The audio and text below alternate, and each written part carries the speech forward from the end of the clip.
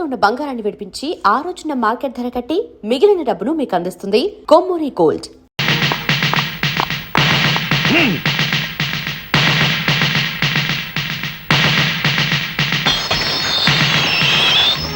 ఇవాళ కోర్టుకు హాజరు కావాల్సిన రోజు. యువర్ ఆనర్, పులిరాజు హత్య కేసులో ముద్దాయిగా నిలబడ్డ గోపి అనే ఈ వ్యక్తి అసలు హత్య చేశాడా లేదా అని విచారించే ముందు ఇతని మనస్తత్వం గురించి కోర్టు వారికి తెలియబరచవలసిన అవసరం ఉందని భావిస్తున్నాను.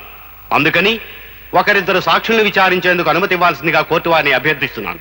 Permission granted. జగన్నాథం మేస్టారు, జగన్నాథం మేస్టారు. నమస్తే సార్.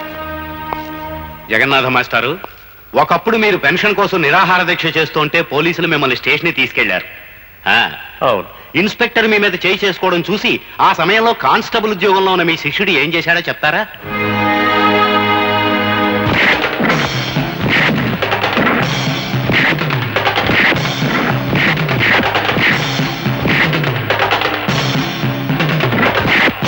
న్యాయానికి ఆ రోజు అతను చేసిన పని. ఆల్ రైట్, మీరు చెప్పింది చాలు, ఇక మీరు వెళ్ళొచ్చు.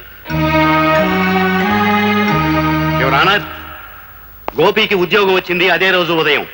కానీ తన పై అధికారి మీద చేయి చేసుకుని ఆ సాయంత్రమే తన ఉద్యోగాన్ని పోగొట్టుకున్నాడు. Please note that point. Your honour, jailer దుర్గారావుని ప్రశ్నించేందుకు పర్మిషన్ కోరుకుంటున్నాను. గ్రాంటెడ్.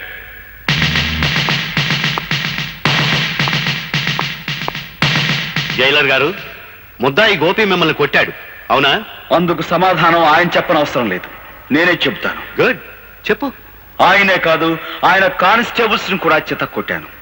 అంతేకాదు, కొత్తగా ఛార్జ్ తీసుకున్న ఆమదాల అశ్రయ్య అనే ఇన్స్పెక్టర్ ని ఇటుకల ఫ్యాక్టరీలో పెట్టి ఎడాపెడా వాయించాను. ఇంకా చెప్పమంటారా? చాలు. యువర్ ఆనర్, ముద్దాయి ఎంతటి ఆవేశపరుడో ఈసరికే మీకు క్షుణ్ణంగా అర్థమై ఉంటుంది. సరిగ్గా ఇలాంటి ఆవేశంతోనే పులిరాజుని కొట్టి కొట్టి మెడ మీద కాలేసి తొక్కి చంపి ఆ హత్యా నేరాన్ని సూర్యచంద్రరావు గారి మీద మోపడానికి పులిరాజు శవాన్ని సూర్యచంద్రరావు గారింట్లో పడేశాడు. అతను శవాన్ని మోసుకురావడం ఊరంతా చూసింది యువర్ ఆనర్. ఇక ముందు ఇటువంటి దౌర్జన్యాలు సాగించకుండా భారతీయ శిక్షా స్మృతులను అనుసరించి కఠినమైన శిక్ష విధించవలసిందిగా కోర్టు వారిని కోరుకుంటున్నాను. మిస్టర్ గోపి, నీ తరఫున ఏ లాయర్ని నియమించుకోలేదు, ఎందుకని? నా తరఫున నేనే వాదించుకుందామని. అంటే భారతీయ శిక్షా స్మృతుల నెంబర్లు చెప్పే శక్తి నాకు లేకపోయినా న్యాయం అనే గొప్ప శక్తి నా పక్కన ఉంది. నిర్దోషణనే నిజం నా గుండెల్లో వెలుగుతుంది. సార్, నేను ఒకరిద్దరు సాక్షులు విచారించాలి. అందుకు మీరు అనుమతించండి. ఆల్ రైట్, ఎవరిని పిలవమంటావో చెప్పు. Thank you sir.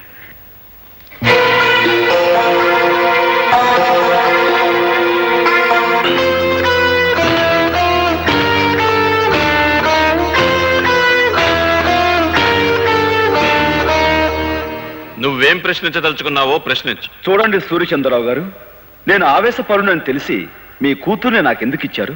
Rama Rama, నేను నీకు పిల్లనివ్వటం ఏంటయ్యా? ఊరంతా సోత్తండంగా నువ్వే దౌర్జన్యంగా నా కూతురు మెల్ల తాళి కట్టావు. ఆ సమయంలో ఊరంతా అక్కడికి రావాల్సిన అవసరం ఏమొచ్చింది? అవసరం ఏమొచ్చిందా? నీకు బాగా బడితి పూజ చేయిద్దామని మేమే వాళ్ళు అక్కడికి రప్పించాం. Correct sir. అయ్య బాబు జడ్జి గారు, నా మీద ఏదో ఒకటి రాసేసుకోకండి. ఊరన్నాక కచ్చలు కార్పణ్యాలు విరోధాలు ఉండటం సహజం. అట్టయ్యా అతనికి నాకు విరోధం ఉంది. తప్ప అండి? థ్యాంక్స్ సూర్యచంద్రరావు గారు, నాకు మీకు విరోధం ఉందన్న సంగతి స్వయంగా మీరే అంగీకరించారు. ఇక మీరు వెళ్ళొచ్చు.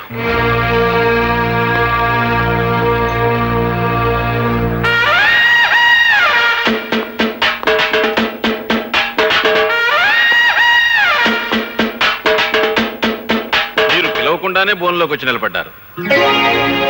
ముద్దాయి కావాలని కోరుకునే రెండవ సాక్షి మీరేనని మీరు ఎలా అనుకున్నారు?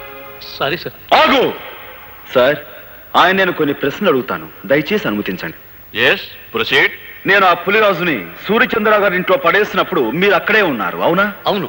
ఏంటి? డ్యూటీలో ఉండి కూడా ఆ టైంలో మీరు ఆ ఇంట్లో ఎందుకున్నారు? లా అండ్ ఆర్డర్ కాపాడే పోలీసు వాళ్ళం ఏ ఎల్లప్పుడు ఎక్కడ ఎందుకుంటామో మాకే తెలవదు. 190 ఎవ్వరాలుంటాయి.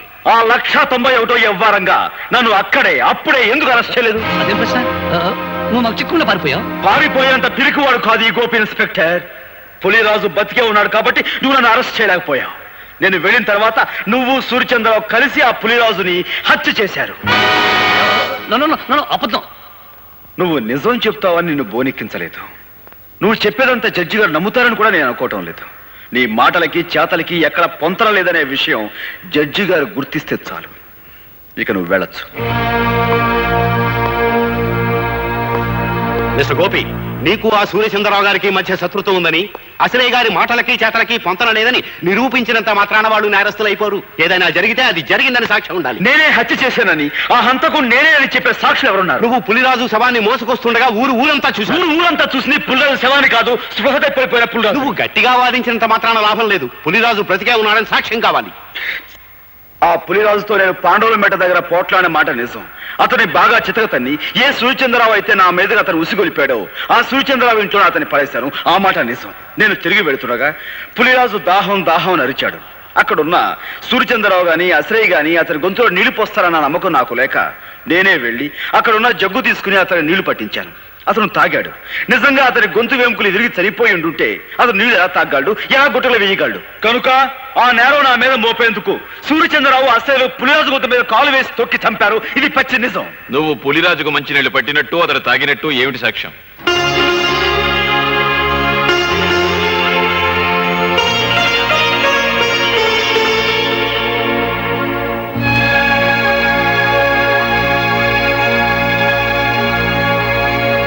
నువ్వు చెప్పేదానికి సాక్ష్యం ఏదైనా ఉంటే చెప్పు.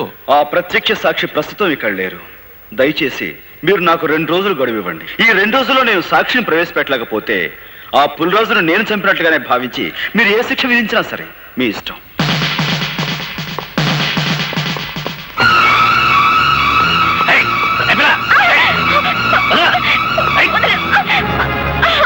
ప్రత్యక్ష సాక్షి ఎవరో కాదు, మీ నాయనమ్మ. ఆవిడని ఎలాగైనా సరే ఒప్పించి కోర్టుకు తీసుకురా.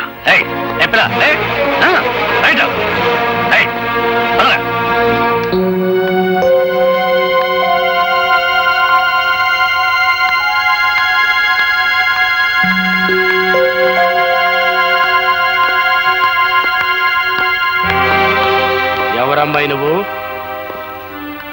గోపి గారి భార్యని. ఈ ఇంట్లోకి అడుగు పెట్టడం అంటే మంగళసూత్రాన్ని తెంపుకోవడానికి సిద్ధపడ్డట్టే లెక్క. ఈ ఇంట్లో చాలా మంగళసూత్రాలు తెంచబడ్డాయని తెలుసు. ఆ కీడు నాకు తగలకూడదనే మంగళ గౌరి వ్రతం చేసుకుంటున్నాను. ఆ వ్రతానికి ముత్తైదువులు పిలవడానికి వచ్చాను. ముత్తైదువులా? నీ వ్రతానికి రాదగ్గ ముత్తైదువులు ఎవరు ఈ ఇంట్లో లేరే? ముత్తైదువుగా పసుపు కుంకాలకి దూరమైన, మమకారానికి మానవత్వానికి దూరం కాని పుణ్యాత్ములున్నారు. వాళ్ళు ముత్తైదుల కంటే గొప్పవాళ్ళు. నానమ్మా, ఇవాళ సాయంత్రం వ్రతం చేసుకుంటున్నాను. నువ్వు తప్పకుండా రావాలి.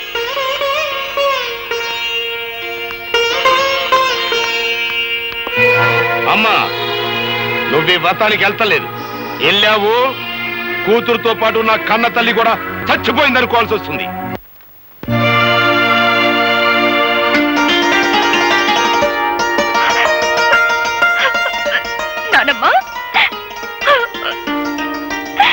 వ్రతానికి ఊళ్ళో ఎవరిని పిలవలేదా అమ్మా?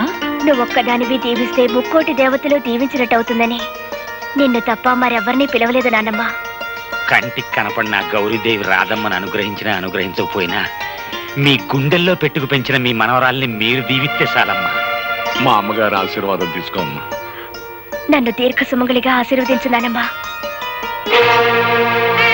ఏమ్మా దీవించాలని సందేహిస్తున్నారు? మీ మనవరాలు పసుపు కుంకాలతో పచ్చగా ఉండటం మీకు ఇష్టం లేదమ్మా? నా మనసుకైతే ఆ కోరిక ఉంది, కానీ నా దీవెనకి ఆ శక్తి లేదు బాబు. నానమ్మా, ఎందుకు లేదమ్మా? మా గోపి ఆవేశంతో కట్టిన తాళిని రాధమ్మ అజ్ఞానంతో తీసివేయబోయినప్పుడు మీరు అడ్డుకుని ఆపారు. తెగిపోయిన అనుబంధాన్ని తిరిగి గుర్తు చేస్తూ విడిపోయిన కుటుంబాలని మళ్లీ కలపాలనే ఉద్దేశంతో మీ మనవరాల్ని మీ ఇంటి నుంచి మా ఇంటికి పంపారు. ఇంతటి మహత్కార్యం చేయగలిగిన మీకు మీరు నిలబెట్టిన తాళిని కాపాడే శక్తే మీకు లేదంటారా? తల్లి తండ్రి లేని గోపి అబ్బాయిని మీరు దిక్కు మొక్కు లేకుండా వదిలేయటం వల్ల ఆ కర్ణుడు అనుభవించినంత దౌర్భాగ్యాన్ని మా గోపి అబ్బాయి కూడా అనుభవిస్తున్నాడమ్మా. అవునమ్మా, మీ కొడుకు మీ అల్లుణ్ణి నిర్దాక్షిణ్యంగా చంపాడని మీకు తెలుసు. గోపికి రావాల్సిన ఆస్తిని కాజేశాడని మీకు తెలుసు. అయినా ఈ నిజాన్ని మీరు ప్రపంచానికి చెప్పలేకపోయారు. గోపి ప్రాణభయంతో పరిగెత్తుకుంటూ వచ్చి నా పంచన చేరాడు. వాడు నా దగ్గర ఉంటే వాడి జీవితానికి న్యాయం జరిపిస్తాడనే ఆశతో కావాలని వాడి లాకెట్టు మీ దగ్గర తాకట్టు పెట్టాను. అయినా ఏనాడు వాడి యోగక్షేమాల గురించి మీరు విచారించలేదు, వాడిని చేరతీయలేదు. వాడు మాకు దేవుడిచ్చిన బిడ్డగానే భావించాం. వాడి ఆలనా పాలనా చూడడంలో మా ముగ్గురికి ఒక ఆనందం కనిపించింది. ఆ ఆనందంలోనే మాకు పెళ్లిళ్ళు కావాలని, మాకు బిడ్డలుండాలనే మాటే మర్చిపోయి ఇన్నేళ్లు గడిపేశాం. ఇంకో నిజం కూడా మీకు చెప్పాలమ్మా. చిన్నప్పటి నుంచి గోపి అబ్బాయికి తనెవరో, తనకి జరిగిన అన్యాయం ఏంటో, తనకు రావాల్సిన ఆస్తిని ఎవరు అనుభవిస్తున్నారో అంతా తెలుసమ్మా. అయినా ఏనాడు వాటి గురించి ఆశపడలేదు, బాధపడలేదు. మరంత గొప్ప మనిషికి ఉత్తి పుణ్యానికి ఉరిశిచ్చపడితే మీ మనవరాలు విధవరాలైపోద్ది. అప్పుడే రాధమ్మ తల్లి పసుపు కుంకాలు ఎలా సరిపోయాలో, తాళిబొట్టు ఎలా తెంచాలో బ్రహ్మచార్యత మాకు తెలియదమ్మా. ఆ తతంగం అంతా మీరే దగ్గరుండి జరిపించాలి. వీళ్ళ నుంచి మానవత్వాన్ని నేర్చుకున్న మనిషిగా రేపు నేను కోర్టులో చెప్పబోయే నిజమే ఈ మాంగళ్యాన్ని నిలబెడుతుందమ్మా.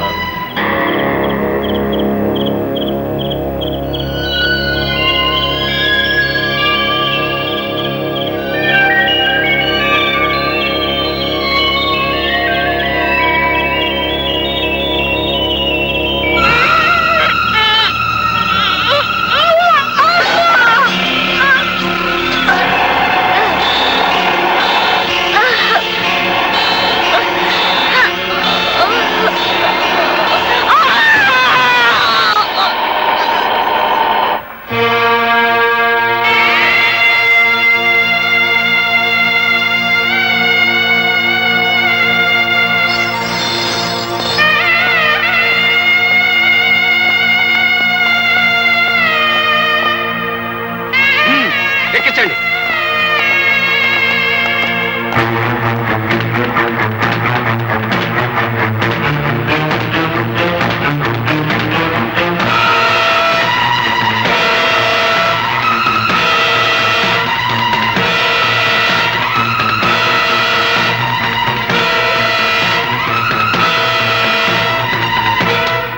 కదలా.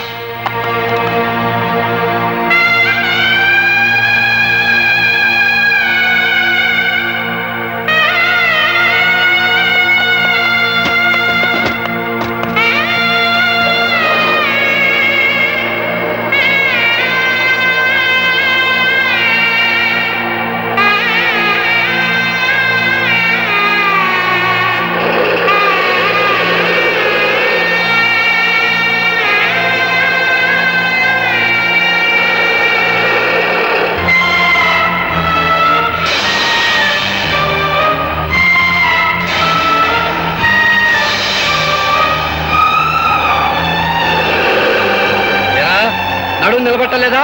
ముందుకు వెళ్ళిపోయావు, సరిగ్గా కూర్చో.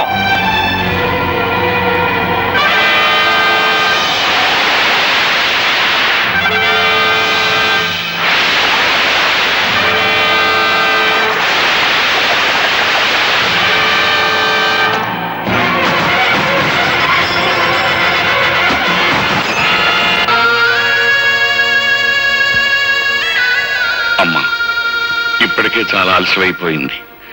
మీ నాయనమ్మ గారిని నిజంగా నిండు మనసుతో ప్రేమించిన మనిషి నీ చేతుల మీదుగానే ఈ పని కూడా పూర్తి చేయి. ఆయన తప్పకుండా వస్తారు, ఆ నమ్మకం నాకుందండి. ఆ నమ్మకం నీకుంటే చేతగాని వాళ్ళ చేతులు కట్టుకుని నా ఎదురుగా నిల్చోటం దేనికి?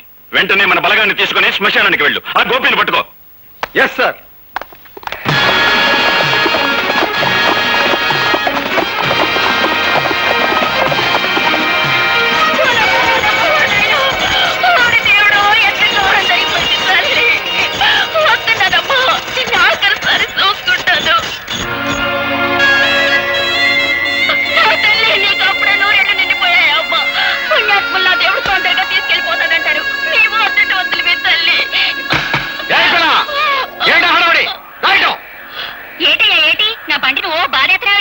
ఏమిటా ఏడుపులో? ఇంతకెవన్నావు? సూర్యచంద్రరావు పంపితే వచ్చాను. అవును, సంస్కారం లేని తల్లికి దాన సంస్కారం చేయడం ఎట్టలేక అదేదో నన్నే చేయమని కిరసనాలు అగ్గి పెట్టేసి పంపించారు. సూర్యచంద్ర గారు మనుషుడు ముందు చెప్పలేదే? కాని కాని తొందర కాని. నన్ను ఎవరు చెప్పనిచ్చా?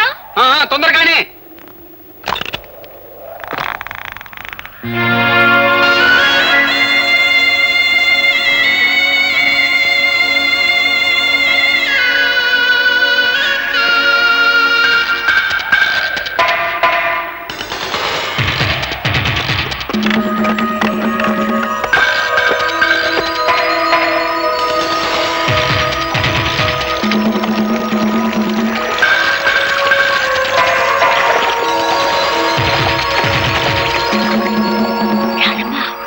గోపి బాబు ఆ బంట్లో ఉన్నాడు.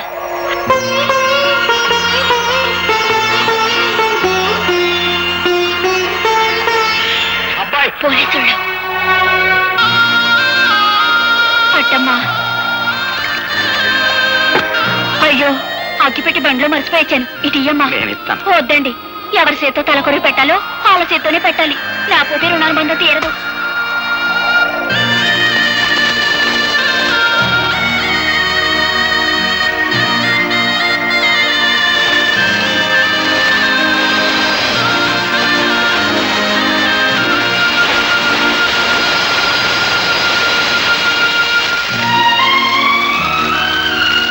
అమ్మమ్మ, ప్రత్యక్ష సాక్షి పేరుతో నీ చావుకు నేను కారకునయ్యాను.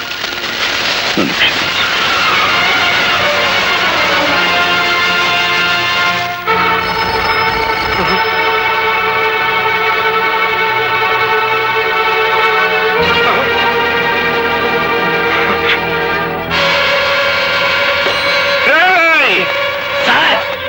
నా ఇంటి చుట్టూ 100 పోలీసులు కాపలా ఉంచుతారని ఆ ఇన్స్పెక్టర్ అశ్రీ గారు చెప్పారా? ఎక్కడ తెచ్చాడు? ఈలోగా మమ్మల్ని ఏర్పాటు చేశాం కదా సార్, ఎవరైనా చంపాలో చెప్పండి. మా అమ్మకి అంత్యక్రియలు జరిపించేశాడంట. నాకు అంత్యక్రియలు జరపడానికి వచ్చేస్తున్నానని ఫోన్ చేశాడు రా గోపి గారు. వచ్చేస్తారా? వాళ్ళకి అంత్యక్రియలు జరిపించండి.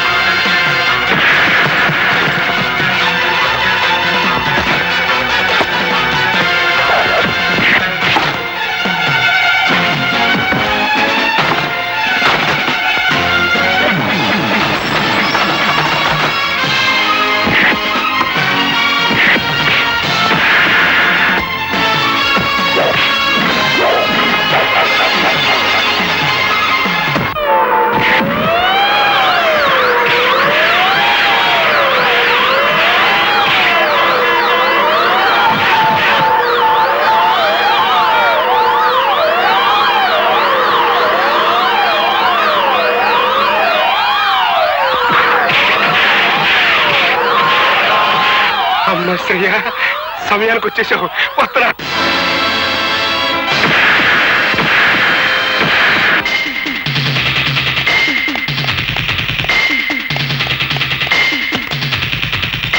డ్రైవర్ పోనీ.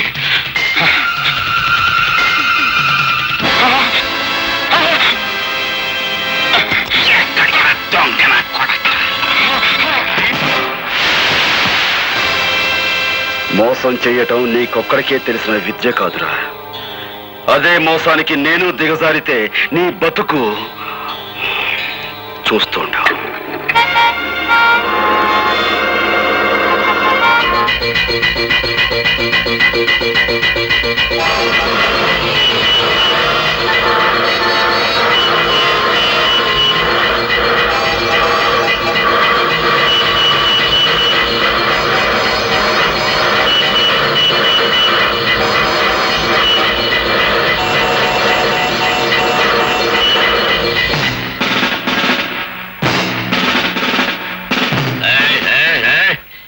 కార్లు మందలుగా వెళ్ళాయి. అవి కదిలేయా? మందలుగా కార్లే కాదు సార్, మందలుగా కాలంలో జనం కూడా ఉన్నారు. కావాలంటే పైకి వెళ్ళి చూడండి. కార్లు మందల జనం ఉన్నారు.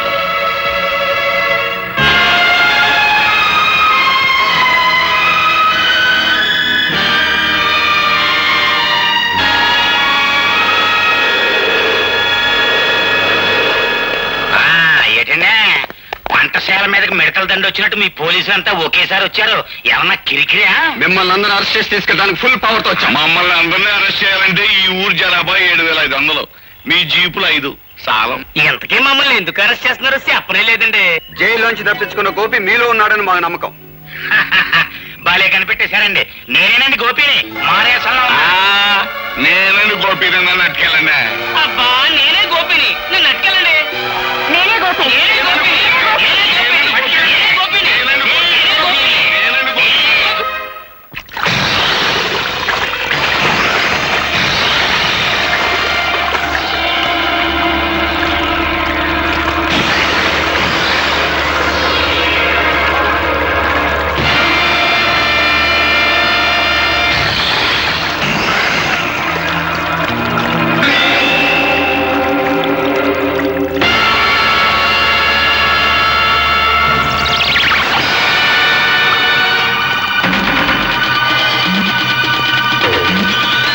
వరకు అది కేవలం ఇసుక బస్తా మాత్రమే.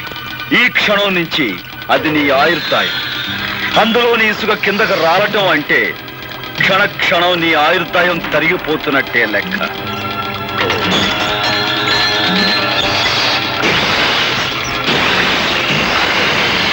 నూరు గొడ్లు తిన్న రాబందు కూడా ఒక్క గాలివానకు చచ్చినట్టు ఎంతో మంది హత్య చేసిన నీ ప్రాణాలు ఇప్పుడు నా గుప్పెట్లో ఉన్నాయి. అమ్మో, ఇసుకంత కాలిపోతుంది. నువ్వు ఇక్కడి నుంచి ప్రాణాలతో బయటపడాలి అంటే నువ్వు చేసిన నేరాల గురించి నీ నోటితో నువ్వే చెప్పాలి. అయితే చెప్పు, మా నాన్నను చంపించావు.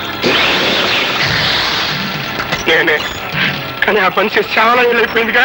ఇంకా గొడవ వదిలే. ఆ గొడవ వదిలేసిన ఇంకా 2 హత్యల గొడవ ఉందిగా. పులిరాజును చంపింది ఎవరు? ఎక్కడ కాలిపోతుంది. ముసలి చెప్పు. బాబోయ్, పులిరాజును చంపింది ఎవరు? రసగడి పీక మీద కాలేసి తొక్కి చంపింది నేనే. కానీ అలా తొక్కమని చెప్పింది, నా చేత తొక్కిచ్చింది ఆయన రసగడే. మా అమ్మమ్మని, అదే నీ కన్న తల్లిని. మమ్మల్ని చంపని చెప్పింది, చంపించింది కూడా ఆశ్రయగాడే.